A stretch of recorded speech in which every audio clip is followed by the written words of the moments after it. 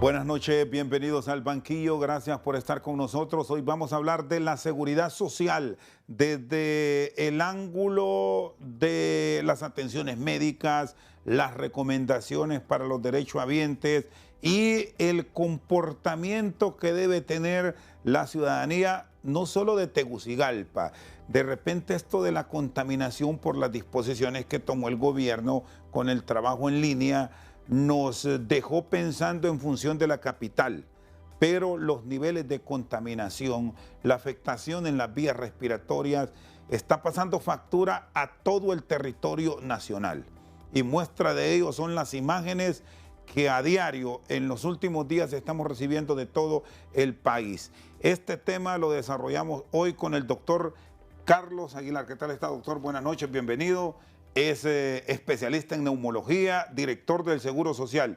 Y quiero arrancar, doctor, con esto. Bienvenido y gracias por estar con nosotros en el tema de la contaminación. ¿En qué estamos fallando? Y ya no por el humo que tenemos, en la atención al ciudadano, al paciente que está siendo afectado.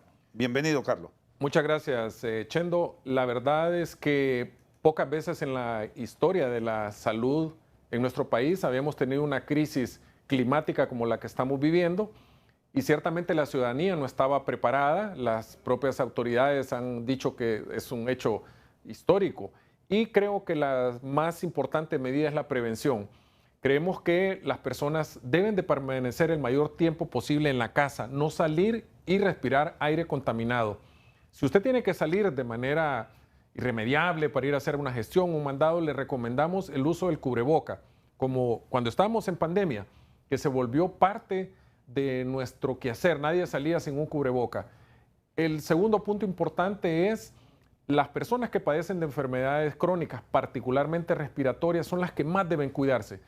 Los niños y los adultos mayores que sufren de asma, de bronquitis crónica, deben de tratar al máximo de no respirar este aire. Hemos tenido un incremento que lo hemos visto de manera rápida, como el número de pacientes ha aumentado en las visitas a la emergencia y muchas de estas personas terminan siendo hospitalizadas. Así que creemos que es muy importante estas dos medidas muy elementales. Quizás otra importante que también nos han preguntado, para el caso, bueno, usted que es un amante del deporte, particularmente del fútbol, la presencia de la gran cantidad de personas que acuden al Estadio Nacional. Estamos, entiendo, pronto a celebrar otro partido de fútbol importante y la presencia de personas en cantidad masiva respirando aire contaminado, aunque sea en la noche, debe de ser visto con mucha prudencia. No recomendamos que las personas ya en la tercera edad o muy mayores con enfermedades respiratorias crónicas acudan a este evento deportivo ante el riesgo de permanecer 2 o 3 horas en el Estadio Nacional y esto les puede desencadenar una crisis o el empeoramiento de su enfermedad de base. ¿Qué tanto está ayudando el uso del cubrebocas? Que de pronto es un sistema que ya la pandemia lo dejó muy familiarizado y no estamos con aquello de que nos estorba. Bueno, existe de parte de una gran cantidad de personas un poco de duda y muchas veces no creemos en lo grave que puede llegar a ser respirar este aire contaminado. El cubreboca es una medida efectiva, no es la mejor. Lo mejor es no respirar aire contaminado, quedarse en casa, cerrar las ventanas, porque el aire contaminado entra en nuestras viviendas y entonces respiramos ese aire. Complicado por el tema de las altas temperaturas que se viven también en la capital, y no solo en la capital, sino en todo el país, pero creemos que es una medida muy importante. Los niños, hay que cuidarnos mucho en este momento de contaminación, porque sus vías aéreas son mucho más sensibles y podemos ver, y la gente lo dice, las personas que no tienen enfermedad de base, ardor de garganta, ardor en los ojos, problemas en la piel, no digamos entonces un niño que su sistema inmunológico y su vía respiratoria no está lo suficientemente madura, corre el riesgo de tener una mayor incidencia de complicaciones respiratorias. ¿Y qué tipo de cubrebocas o mascarilla es la ideal? Porque ya se conoce mucho sobre el uso de las mismas, pero viste estas condiciones de tiempo, estas son unas imágenes que estamos compartiendo de Tegucigalpa, ¿cuál es la recomendada por ustedes los especialistas? Bueno, hay un tipo de mascarilla especial para la contaminación ambiental, son mascarillas para uso industrial, serían las ideales, pero en términos prácticos sabemos que va a ser imposible que las personas puedan acceder a este tipo de dispositivos, al menos una mascarilla de la tradicional, y si se puede poner dos, mucho mejor todavía. Esto lo digo de manera empírica. Lo importante es que usted ponga una barrera entre su nariz y el aire. Eso creo que puede ser de gran utilidad, y exclusivamente cuando usted tenga que salir fuera de su casa. Insistimos, si se puede quedar en casa es lo mejor. De hecho, tal como lo decía Chendo en la introducción, hemos adoptado la modalidad de teletrabajo, entre otras medidas que el gobierno ha tomado. El Seguro Social lo está haciendo con sus empleados. Vale la pena decirlo, las consultas externas, el área de laboratorio, ultrasonidos en el Seguro Social sigue funcionando normal. Solo el área administrativa, algunas personas, en el caso del Seguro Social, las hemos mandado a casa. Así que si usted puede quedarse, mejor no salga de su casa. Ahora, doctor Aguilar, con las personas que hacen ejercicio, y lo hacen muchos en campos abiertos, otros asisten a gimnasios, ¿cómo debe ser su comportamiento en estos días frente a la exposición de estos altos niveles de contaminación? La recomendación es clara. No es el momento apropiado para hacer ejercicio en ambientes abiertos donde usted va a respirar aire contaminado. Sí es factible hacerlo en intramuros, en un gimnasio, en su casa, etcétera, pero no en el ambiente. No se recomienda ni correr, ni caminar, mucho menos otro tipo de actividades. Los deportistas, volviendo al tema del partido de fútbol, son atletas de alto rendimiento, están muy preparados para condiciones extremas, y tendrán pues un tiempo previsto nada más en que harán este tipo de actividad de ejercicio físico. Pero en general nuestra recomendación es no salir a ejercitarse mientras las condiciones climáticas permanezcan como hasta ahora. Ahora, cuando se están dando este tipo de recomendaciones, me habla del hogar, del cuidado que se debe tener al mantenerlo cerrado para evitar que aire contaminado ingrese. Pero hay algunas recomendaciones de casa que ustedes, los especialistas, nos pueden trasladar para mejorar la condición de nuestro hogar. ¿Existen sistemas que se pueden aplicar en este momento a nivel de país, doctor? Sí, sin duda alguna. Medidas tan sencillas que hay que recordarlas. Por ejemplo, inhalar el humo del cigarro. Hay una gran cantidad de personas que fuman en casa, y esto todavía incrementa más el nivel de contaminación del aire. Algunos sistemas de humidificación pueden ayudar, pues se pueden utilizar durante todo el día si esto es factible, pero lo más importante es que no entre aire contaminado. Los expertos recomiendan que la calidad del aire juega un papel vital en la salud del ser humano. Muchas veces se nos olvida esto, y hay hogares, por ejemplo, que por temas sociales y económicos tienen un fogón dentro de la casa. El humo de leña es probablemente uno de los contaminantes más graves que se expone en una gran cantidad de personas en nuestro país, y la recomendación sería alejarse del humo de leña en la medida de lo posible. Si hay un fogón dentro de casa, lo ideal sería, muchas casas tienen sus fogones afuera, bueno, esta sería la mejor manera, o en estos fogones que utilicen siempre la chimenea, la manera de evacuar este humo que está en el interior de las casas. Y en términos generales, yo diría que sería importante tratar de que la calidad del aire con estos sistemas de humidificación pueden aportar una mejora parcial, al menos mientras dura esta crisis. El uso del aire acondicionado, que son hogares excepcionales que lo tienen, pero los hay, y a nivel de las empresas, ¿cómo debe ser el manejo? Porque hay otro elemento que quiero que usted nos guíe, cómo tratarlo. Las temperaturas que dentro de este alto nivel de contaminación estamos registrando en el país son históricas. Hay sitios que tienen temperaturas en algunos de estos últimos días arriba de los 40 grados centígrados. ¿Cómo esto termina afectándonos más de lo que en un principio pensamos, doctor? Indudablemente el aire acondicionado está totalmente recomendado en las casas, en los trabajos, porque el aire acondicionado tiene la ventaja que mantiene una temperatura constante, que se puede controlar, y brinda también otras ventajas respecto a la humedad. A diferencia, cuando se usan ventiladores domésticos, el aire acondicionado tiene esa ventaja.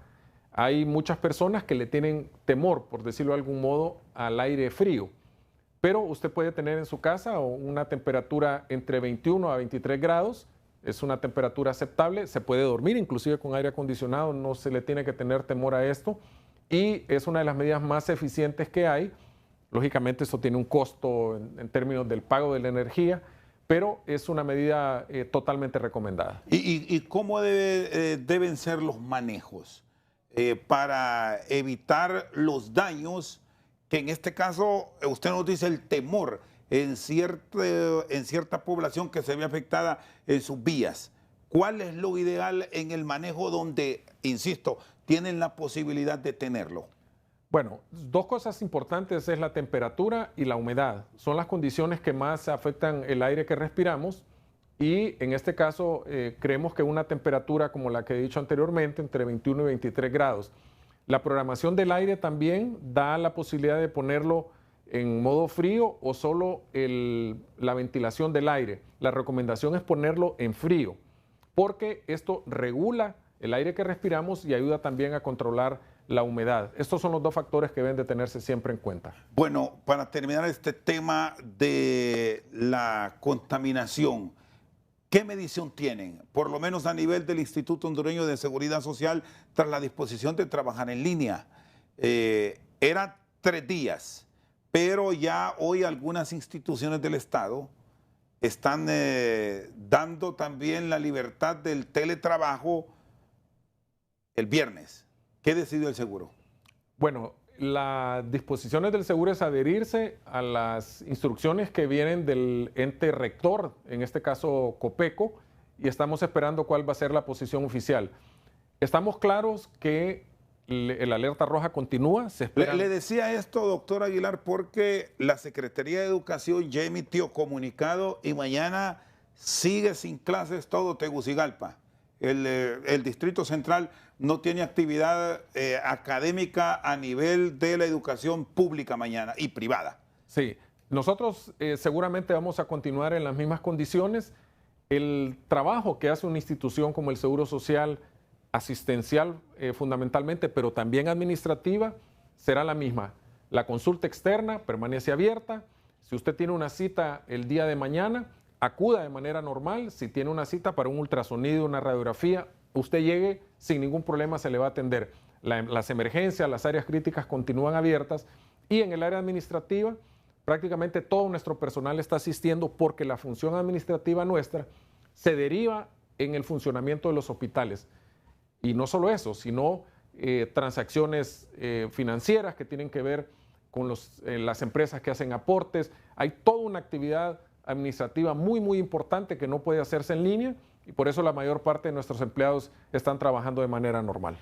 Muy bien, el doctor Carlos Aguilar, director del Instituto Hondureño de Seguridad Social, está con nosotros al banquillo. Hacemos una pausa. Ya cuando regresemos hablamos de temas estrictamente con la actividad laboral que están desempeñando médicos y especialistas en esta institución del Estado. Ya regresamos. Seguimos esta noche al banquillo con el doctor Carlos Aguilar, director del Instituto Hondureño de Seguridad Social. Ya ahora tienen ley. No pueden haber algunos pretextos que exdirectores tenían para tomar decisiones. Tener esta normativa vigente ya, ¿qué beneficios le va a traer al derechohabiente, que es al final al que se deben, el que pone la plata? ¿Qué respuesta le dan, doctor? Cerca de 3.600 millones de lempiras que ya están en las arcas del Seguro Social podrán ser ahora utilizadas fundamentalmente para la mejora en la prestación de los servicios de salud. Estamos haciendo una propuesta que tiene que ser aprobada por la Junta Directiva del Seguro Social, que incluirá fundamentalmente la construcción de los 2 nuevos hospitales del Seguro Social, Tegucigalpa, San Pedro Sula y Ceiba, y probablemente, de acuerdo a los ajustes financieros que se hagan, la posibilidad de construir centros hospitalarios denominados policlínicos en las principales ciudades del país. Danlí, Copán, Choluteca, probablemente Villanueva, y todo un proyecto de expansión de la infraestructura hospitalaria que incluirá lógicamente equipamiento, contratación de recursos humanos para el funcionamiento de estos centros, con el objetivo de expandir la cobertura que el Seguro Social tiene en todo el país. Ese es el destino de estos fondos, que lo establece la ley, y además de eso, con la garantía que serán utilizados de manera transparente, porque ya existen los órganos contralores, pero además el Congreso Nacional determinó la creación de una comisión que la integrará la Secretaría de Salud y la Secretaría de Transparencia para el monitoreo de estos fondos. Esperamos en las próximas semanas que este proyecto sea aprobado por la Junta Directiva y por el más alto nivel político del gobierno, porque hay que hacer todo un proceso en Secretaría de Finanzas y otros entes, que este proyecto pueda ser aprobado y pueda ser echado a andar en los próximos meses. Licitaciones abiertas, doctor, o cómo van a planificar este proceso de cambio en la institución, porque siempre se genera controversia cuando se habla de inversiones millonarias. Indudablemente, este es uno de los puntos que más énfasis estamos tratando pues, de darle, y es el manejo apropiado de los fondos. Hay probablemente dos opciones. La que nosotros estamos trabajando es a través de un organismo internacional, una licitación pública internacional, con todas las garantías de transparencia, que sean contratadas empresas que ya hayan hecho hospitales, no empresas de maletín, sino empresas con mucha experiencia y que sean certificadas. Esto nos va a dar la garantía y la tranquilidad que la administración, que los fondos que el Seguro Social va a manejar, no los vamos a manejar nosotros directamente, sino a través de un organismo internacional. Queremos garantizar a través de este mecanismo y cualquier otro más el blindaje de estos fondos para alejar total duda, porque entendemos que el fantasma de la corrupción que arrasó la institucionalidad en la administración anterior, provocando un enorme daño financiero y reputacional al instituto, no lo vamos a permitir en nuestra administración. Nos hemos comprometido ante todos los sectores protagónicos de la seguridad social la transparencia en el manejo de estos fondos. Doctor, ¿qué pasó con la solicitud que en su momento se hizo para que algunos bienes asegurados por el Ministerio Público fueran administrados e incluso se utilizaran inmuebles como clínicas especiales? ¿Funcionó todo esto o ya es un proyecto fallido en su administración? Recientemente nos hemos reunido con las autoridades que dirigen el OAVI precisamente para reactivar la entrega de estos bienes al Seguro Social. Incluso tenemos el informe que algunos de estos bienes permanecen todavía bajo la caución del gobierno de Chile, y estamos reactivando esta búsqueda de los recursos que fueron saqueados al Seguro Social. Espero que en las próximas semanas tengamos el informe de parte de la OAVI. Hay muchos bienes, tengo entendido, que no han sido todavía subastados. Entiendo que hay un procedimiento para todo esto, es decir, que se puede lograr ventas anticipadas de algunos bienes inmuebles que se lograron recuperar, así como otra serie de elementos que todavía no han regresado al Seguro Social, porque nos parece a nosotros que la recuperación de estos bienes, de estos recursos, de estos fondos que fueron drenados, saqueados al Seguro Social, deben de ser retornados, y esperamos que la OAVI y los juzgados competentes nos ayuden a lograr este objetivo. ¿Cuánto tiene un estimado se logró recuperar desde el Falco? Porque hubo recursos que definitivamente se perdieron.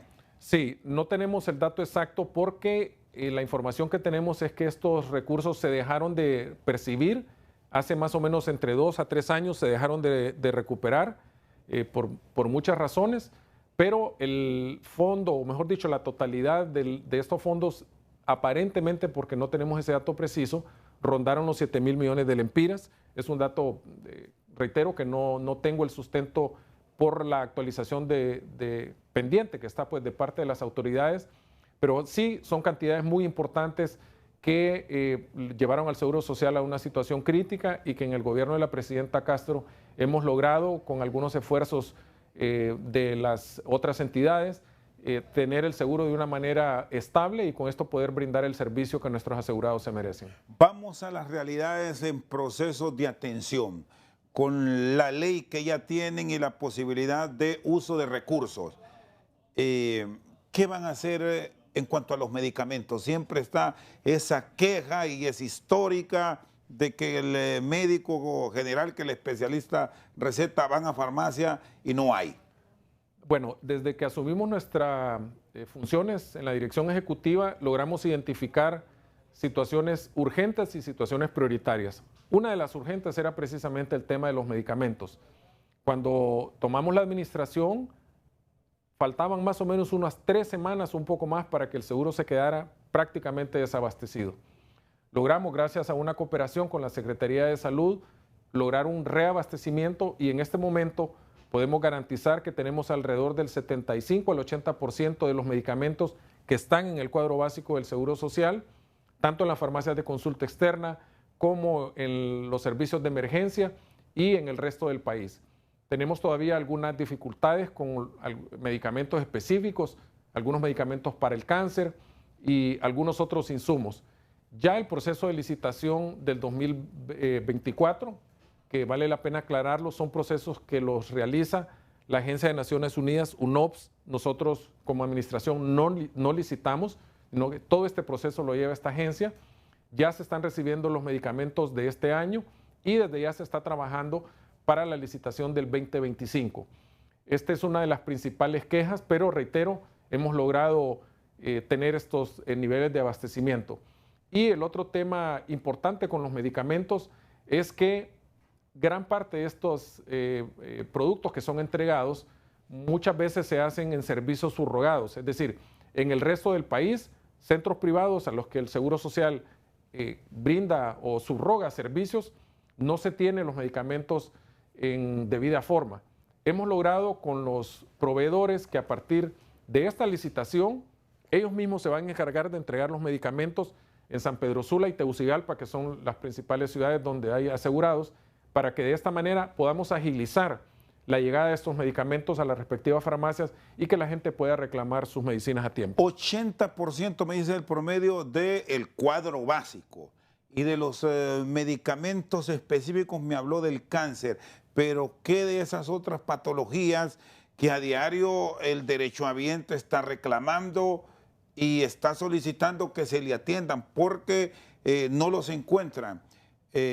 Para los enfermos de la hipertensión, de los enfermos renales, de los pacientes con problemas respiratorios, y a ellos sumamos también los pacientes con diabetes, que son con frecuencia los que están con el reclamo casi que a diario, doctor Aguilar. Sí, la mayoría de estos medicamentos están en farmacia.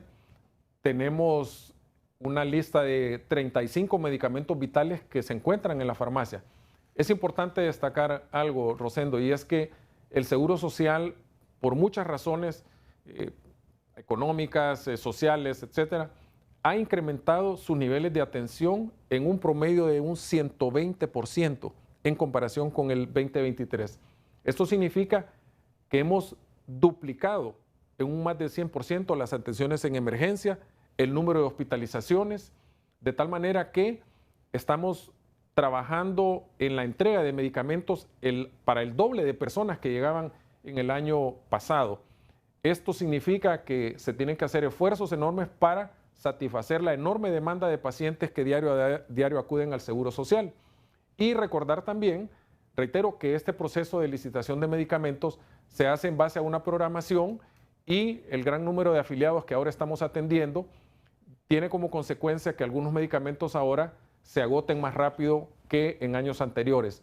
Pero nuestro compromiso sigue siendo permanente en el sentido de garantizar estos medicamentos. Cuando nos vemos sin medicamentos por alguna razón en particular, podemos lograr arreglos transitorios como una especie de canje o préstamo con la Secretaría de Salud, porque como bien lo decía, la diabetes, la hipertensión son enfermedades que requieren medicación diaria. Las personas no pueden esperarse un día, una semana, porque sus enfermedades se pueden desestabilizar. Así que estamos trabajando en eso a través de este mecanismo para que las personas puedan tener sus medicamentos siempre. ¿Qué es la mayor parte de atenciones que ahora mismo registran? ¿De qué está padeciendo más el derechohabiente en base a los cuadros diarios de país, doctor? Es interesante, Chendo, cómo se ha ido moviendo la pirámide, o mejor dicho, el perfil epidemiológico en Honduras. Hace 20 años, las principales causas de atención son ahora muy diferentes a las que actualmente tenemos. La mayor parte de nuestros pacientes tienen enfermedades crónicas no transmisibles, es decir, hipertensión, diabetes, problemas del colesterol, siguen siendo en este momento las principales causas de atención en el área hospitalaria. Algunas enfermedades que derivan de la complicación de estas patologías que acabo de mencionar son los accidentes cerebrovasculares, conocidos popularmente como derrames. Las personas que no tienen una hipertensión controlada, que además tienen obesidad, que además fuman o tienen un alto consumo de alcohol, se han ido incrementando con el paso de los últimos años. Por eso, el perfil de profesional que el Seguro Social está enfocado o está tratando de lograr es precisamente tener un recurso humano, estoy hablando de médicos especialistas o subespecialistas, es en estas áreas, porque desafortunadamente la medicina preventiva, la atención primaria en salud, no ha sido una fortaleza precisamente del sector salud, no solo en el Seguro Social, también la Secretaría de Salud. Nosotros creemos que el 80-85% de las enfermedades que son atendidas en el hospital debieron haber sido detectadas, diagnosticadas y tratadas en la atención primaria, en los centros de salud o en los centros primarios de atención, para evitar que estas enfermedades se compliquen y que lleven a nuestros usuarios a requerir hospitalizaciones o manejos por complicaciones de estas enfermedades. Hace algunos días compartíamos con unos especialistas extranjeros que estuvieron aquí en el país brindando algunas orientaciones sobre enfermedades raras incluso, que las hay en todo el mundo, pero llama la atención, doctor, cómo estamos viviendo con mucho estrés. Hay mucho conflicto a nivel de país. ¿Cómo están atendiendo estas patologías en el Seguro Social? Porque aquí, de pronto, no sé si usted como especialista lo ha experimentado, por nada nos estamos alterando, vivimos en conflicto permanente, hasta con particulares que nos encontramos en la calle. Sí, nosotros creemos que el tema específico de la salud mental es una de las grandes deudas históricas que tenemos en el sistema de salud. La salud mental es tan importante como la salud física y en este sentido creo que la Política Nacional de Salud debe de tener mayores fortalezas en este aspecto. Las diversas circunstancias sociales, económicas y yo me atrevería a decir incluso culturales que vive nuestra población derivan muchas veces en esas actitudes que hemos visto en imágenes en la calle, conflictos dentro de los lugares de trabajo. El país vive en constante zozobra por las circunstancias que nuestra sociedad vive e indudablemente la atención a nuestros usuarios en el caso de la salud mental es sumamente importante. Nosotros creemos que debe haber un reforzamiento no solo en el número de personas que se atienden, sino en los especialistas que atienden a estas personas, que no estoy hablando solo de médicos, psicólogos, terapeutas, y otro tipo de actividades que ayudan a mejorar la salud mental de una sociedad. ¿Y esta área la tienen ustedes para atenderla partiendo de cómo han crecido los casos? Claro, tenemos especialistas en la materia, no son suficientes. Por eso creo yo que la proyección para los próximos años debe de fijarse mucho la atención en la salud mental. Además hay otras cosas importantes recordar, que la salud mental no solo es tomar medicamentos e ir a terapia. Hay un tema social de importancia. El acceso al deporte, el acceso a la cultura, el acceso o tener incluso momentos de ocio que muchas veces no los tenemos y nos olvidamos entonces que estas otras actividades son importantes para un pleno desarrollo mental. Muy bien, gracias. El doctor Carlos Aguilar está con nosotros al banquillo. Hacemos una pausa. Cuando regresemos vamos a ver el tema de los médicos, de los especialistas. Hay muchas quejas de los derechohabientes que llegan a la institución y una cita que reciben hoy lo terminan atendiendo quizás en septiembre, con suerte, o el otro año. ¿Cómo van a mejorar todo esto después de la pausa? Seguimos esta noche al banquillo con el doctor Carlos Aguilar. ¿Cómo estamos en la atención, en los servicios de los profesionales? La queja histórica, no hay especialistas en el país. Doctor, y sus colegas jóvenes de edad media y adultos se están yendo. Definitivamente, Chendo, ese es un problema serio, muy grave, que no solo vive Honduras, en el mundo entero. El tema de los recursos humanos en salud, sumamente complejo. Cada vez menos especialistas, no solo gente que acude a formarse, sino en el caso de Honduras, que se van a preparar al extranjero y se quedan en los países donde hacen sus estudios. Las causas múltiples: bajos salarios, pocos estímulos para el estudio, poco estímulo para la investigación, condiciones de trabajo precarias, poco acceso a tecnología, hace que nuestros médicos que buscan una especialidad prefieran quedarse en otro país y no regresar a Honduras. Usted en el Seguro Social ahora, ¿qué médicos surgen? Que si llegan, tienen plaza. Endocrinología, urología, reumatología, gastroenterología son probablemente las áreas donde más necesitamos. Oncólogos también. Recordemos que el Seguro Social atiende en todo el país. Tegucigalpa y San Pedro Sula, lógicamente, es donde están los dos hospitales más grandes que tenemos, pero estas son las áreas donde más necesitamos la contratación de médicos. Hay otras áreas específicas, vale la pena decirlo, cirujanos vasculares, tenemos muy pocos especialistas en esta área, y el Seguro Social es una institución que está obligada en la atención de todos nuestros afiliados, sin importar la especialidad que tengamos o no. Estamos obligados a encontrar ese recurso humano. Recientemente hemos logrado la contratación de varios especialistas en esta área, pero aún así no es suficiente. Son cientos de pacientes que día a día acuden a buscar cita, y ahí está una de las causas por qué las citas se dan tan prolongadas, porque hay poco recurso humano, porque el Seguro Social no ha crecido al ritmo que debió haberlo hecho en los últimos años.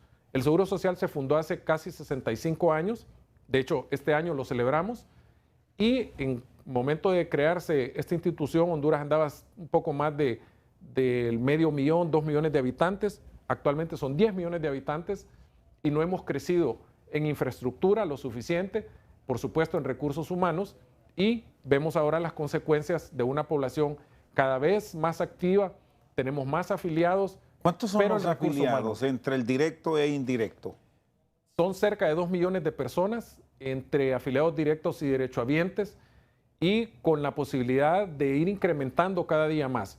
Hace unas semanas estuve en Dalí, ciudad que usted conoce muy bien, Chendo, y es sorprendente la cantidad de personas que cotizan al Seguro Social.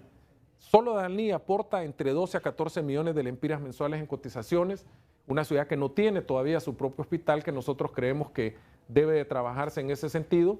Hoy, casualmente, en una reunión con la nueva presidenta del COEP, nos comentaba que más y más industrias se están desarrollando en la zona oriental del país, y creemos que, al igual que en este departamento del Paraíso, el resto del país cada vez crece más, hay más instalación de industrias, y es importante por eso el crecimiento del Seguro Social en infraestructura y en recursos humanos. ¿Cuánto gana un médico?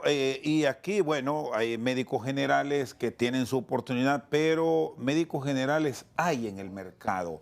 Pero los problemas son con los especialistas y subespecialistas. Efectivamente. ¿Cuánto gana si hoy es contratado? Si hoy es contratado y comienza de la base, es decir, que no tiene ninguna otra antigüedad o alguna cosa, gana alrededor de 32,000 lempiras, que terminan siendo 28,000 con las deducciones. Es un salario realmente bastante bajo. ¿Y trabaja cuántas horas? 6 horas. Y muchos de estos especialistas, Chendo, tienen 15, 17 años de estudios universitarios, porque hacen la carrera, hacen la especialidad y después una subespecialidad. Es que hago esta referencia, doctor, porque muchos, bueno, usted es especialista, y muchos de ustedes, al estar en el sector privado, en 3 días hacen este salario. Indudablemente. Y quizás me estoy yendo hasta muy exagerado, porque si es un médico que interviene en una operación, resolvió el problema. Así es, hay una un abismo enorme entre lo que se puede llegar a obtener en el ejercicio privado y en el ejercicio institucional.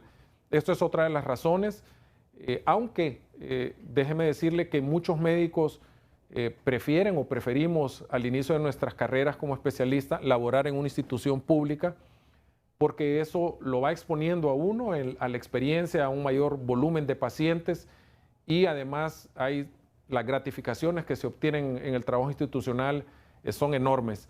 Entonces hay, digamos, la decisión personal de quedarse trabajando en lo institucional y en lo privado, o la combinación de ambas posibilidades. Pero en términos generales, ese es el tema de los salarios. Porque esta es una profesión de servicio, de bendiciones, incluso cuando tienen el desprendimiento de trabajar en lo público, sobre todo porque hasta hace unos años atrás la mayor parte de médicos que se formaron a nivel de médico general son médicos que los educó el Estado en la Universidad Nacional Autónoma de Honduras. Entonces, visto lo que hoy tenemos, doctor, en cuanto a recursos para el pago a los médicos, ¿hay alguna forma cómo puedan disponer? Usted trabaja en una institución que tiene Estado y sector privado. ¿Una mejora para estos facultativos, o el estatuto y las leyes le ponen un alto y ni siquiera la directiva que rectora su institución le puede dar luz verde para tomar otros recursos y motivar que médicos especialistas vayan a la institución? ¿Es posible eso o no se puede? En términos prácticos es prácticamente imposible, porque la profesión, el ejercicio de la profesión está regida por el Estatuto del Médico Empleado, y sí existen otras opciones que en el Seguro Social, por la naturaleza propia de la institución, es posible acceder, y es algunos beneficios que la contratación colectiva le da. Prácticamente todos los empleados del Seguro Social, médicos, enfermeras, etcétera, pertenecen o se benefician de las cláusulas del contrato colectivo y tienen algunas ventajas adicionales, mínimas, diría yo, en comparación con el resto de los médicos que trabajan en la Secretaría de Salud u otras instituciones, pero es prácticamente imposible. Se tendría que formular una reforma para buscar de qué manera se puede lograr un mayor beneficio. En algunos casos particulares, nosotros brindamos algunas facilidades a nuestros médicos, por ejemplo, con los horarios.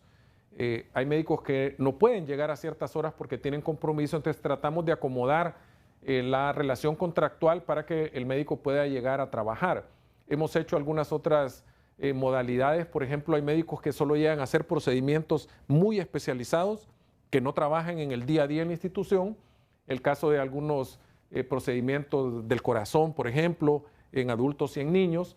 Entonces, tenemos una relación contractual muy particular que no es posible en otras instituciones, y por lo menos en el Seguro Social sí tenemos esa ventaja. ¿Cómo están con las citas? Hay quienes van a retirar citas y se las dan para 6, 7 meses después, y hay enfermedades que por la naturaleza de la misma hay que atenderlo ayer, no era ni siquiera hoy. ¿Cómo lo van a llevar? Hemos tratado de disminuir notablemente el tiempo de espera en las citas, y lo hemos logrado ya en algunas áreas. Por ejemplo, el caso de oncología, los pacientes con cáncer, como usted bien lo dice, no es posible que una persona con una enfermedad catastrófica como esta se le dé una cita hasta dentro de 6 meses. Es demasiado tiempo. Entonces, con gestión, con planificación y con la colaboración de nuestros médicos y el demás personal administrativo, hemos logrado reducir hasta en un 50% los tiempos de espera. Estamos trabajando en otras áreas sensibles. Hemos empezado con oncología, vamos por otras modificaciones, y nuevamente regreso a ese dato estadístico. Más del 100%, cerca del 110, 115% de pacientes que se atendían en relación al 2023 se están atendiendo ahora en el 2024. ¿Esto qué significa? Que la cantidad de pacientes se ha incrementado de manera notable. Tenemos pocos especialistas en ciertas áreas, y eso explica por qué el retraso en las citas. Hay otros factores que los estamos resolviendo, como por ejemplo en algunas áreas que varios médicos iban de vacaciones al mismo tiempo. Esos pequeños detalles que parecen insólitos, pero ocurrían.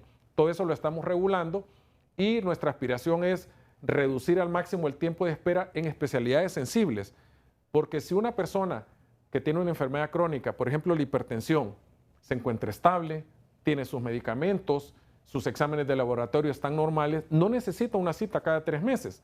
Puede ir con el especialista una vez al año. Incluso muchos de estos pacientes pueden ser atendidos en medicina general. Hay otras áreas indudablemente que la cita tiene que ser para ayer efectivamente, o ciertos exámenes y procedimientos, que es otro de los grandes retos que tenemos, que es la disminución de la mora quirúrgica. Estamos trabajando en eso. En el área de ortopedia tenemos ya casi 2 meses de estar operando pacientes los sábados, 6, 7 cirugías de ortopedia para tratar de reducir al máximo el tiempo de espera. Por cierto, esto de ortopedia llama la atención porque es una de las especialidades que más acontecimientos a diario registran.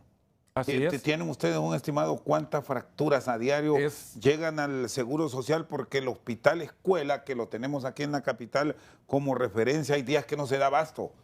Es exactamente lo mismo en el Seguro Social. Los accidentes sobre todo de los tránsito, que andan en motocicletas, es un dolor de cabeza a diario. Exactamente. Los accidentes de tránsito, las motos son una de las principales causas de atención en los servicios de emergencia. Se consumen una enorme cantidad de recursos humanos, logísticos, quirófano, materiales. Es decir, realmente este es un grave problema que tiene un enorme impacto, bueno, no solo en la vida de las personas, porque desafortunadamente muchas personas tienen un desenlace fatal en estos accidentes, pero también impacta mucho en las finanzas y en la gestión del hospital.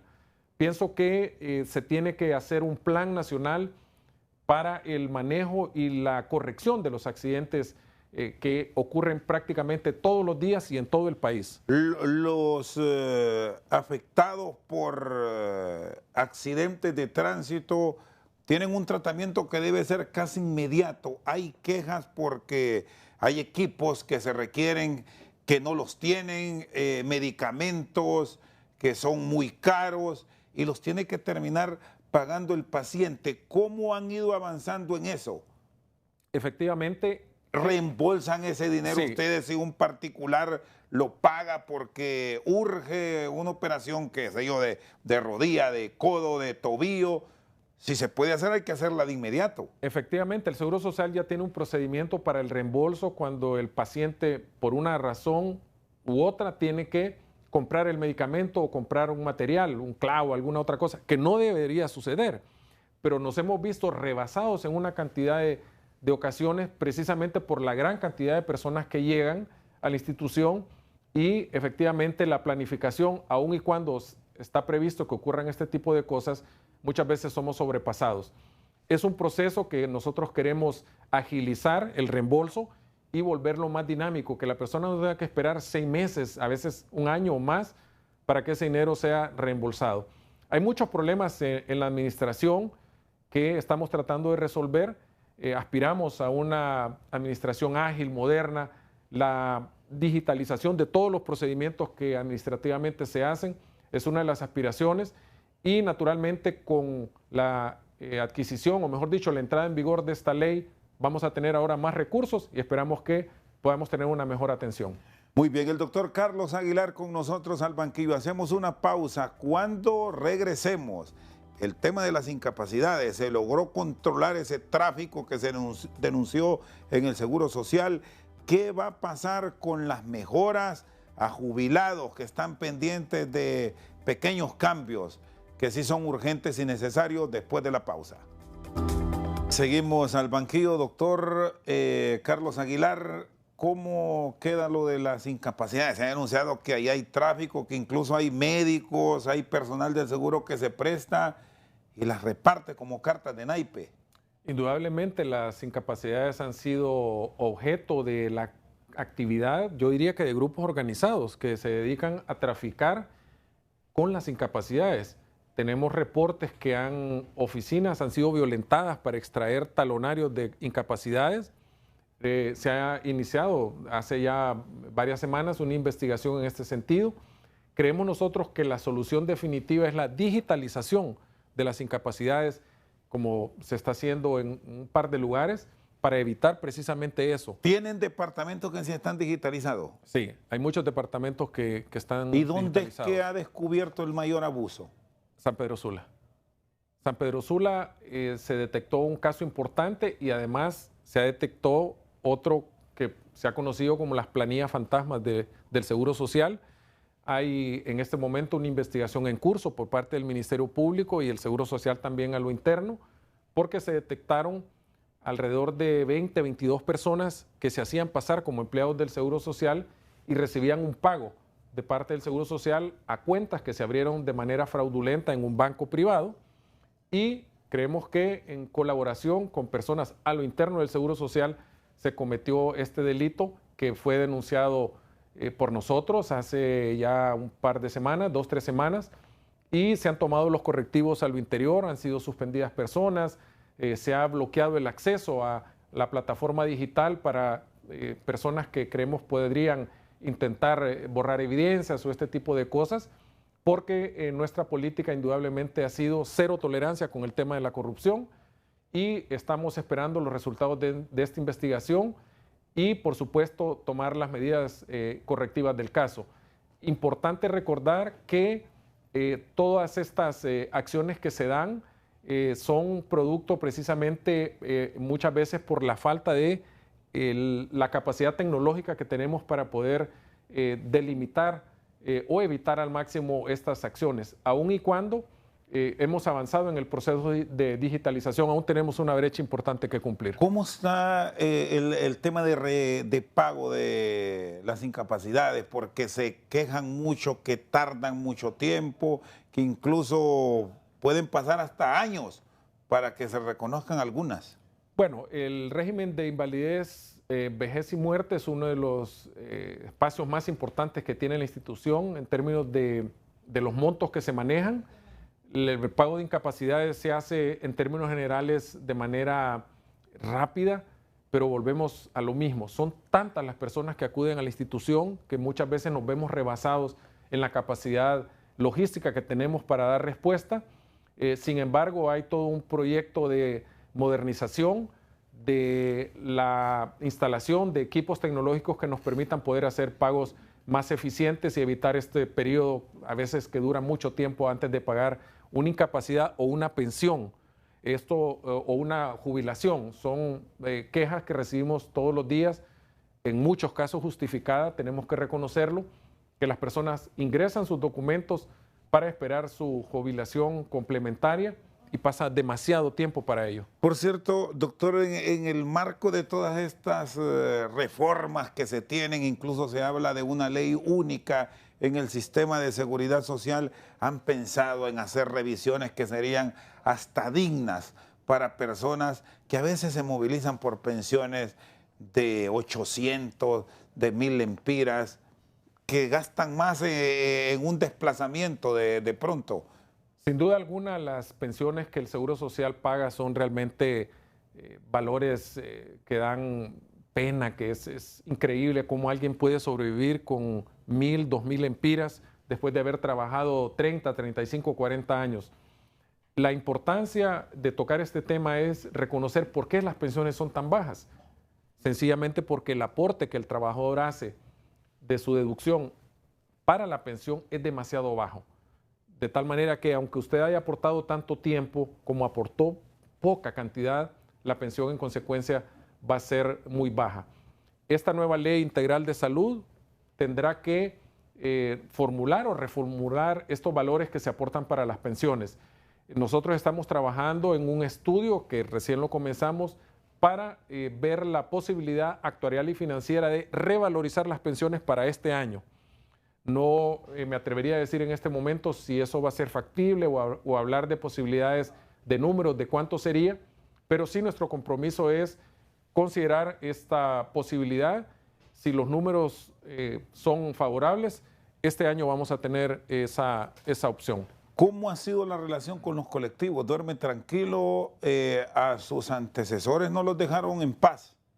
Querían que les nombraran para allá. Y bueno, si vamos a una área que resulta igualitaria sus actividades en el Poder Ejecutivo, a la ministra de Salud, no le ha ido del todo bien con algunas decisiones tomadas. ¿Usted cómo ha trabajado, doctor? Bueno, hasta este momento hemos tenido una relación muy cordial. Por supuesto, han habido dificultades en algunos momentos. Entendemos este tema del activismo político y quisiésemos tener la posibilidad de dar posibilidades de empleo a muchas personas que diario a diario llegan al Seguro Social, pero estamos trabajando de manera ordenada. No podemos contratar personas para los cuales no hay presupuesto. Hay también un órgano máximo de dirección, en este caso la Junta Directiva, que también fija controles y políticas en este sentido. En el área de la salud es muy importante tratar de entender que la salud no tiene colores políticos, que la salud no tiene ideología, que no tiene partidos. Y en ese sentido nosotros priorizamos la atención a nuestros usuarios. Desde luego entendemos esa dinámica y esperamos, como lo hemos hecho hasta ahora, seguir en armonía para beneficio de la propia institución. ¿Cuántos empleados tiene aproximadamente? Más o menos entre 6.000 y 7.000 empleados. ¿Y hay planes para procesos de reducción de personal para volver más efectivo y no engordar las instituciones?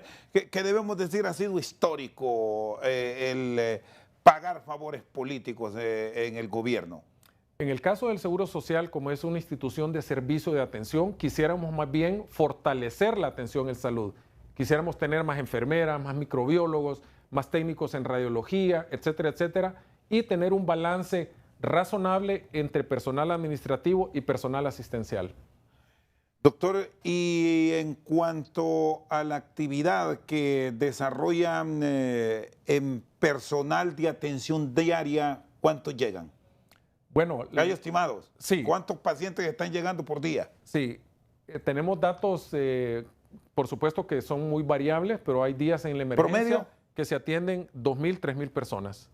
Pero esto es solo para Tegucigalpa a nivel nacional. Tegucigalpa, no, a nivel nacional son cantidades... Estos 2.000 son Tegucigalpa. 2.000, 3.000 Tegucigalpa. 2.000, 3.000, es más. Por ello, otra de las medidas que nosotros tomamos es que empezamos a atender los sábados y los domingos en la consulta externa.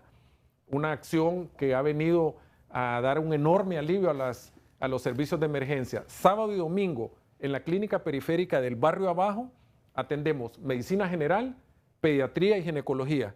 Laboratorio, farmacia, vacunas, está abierto.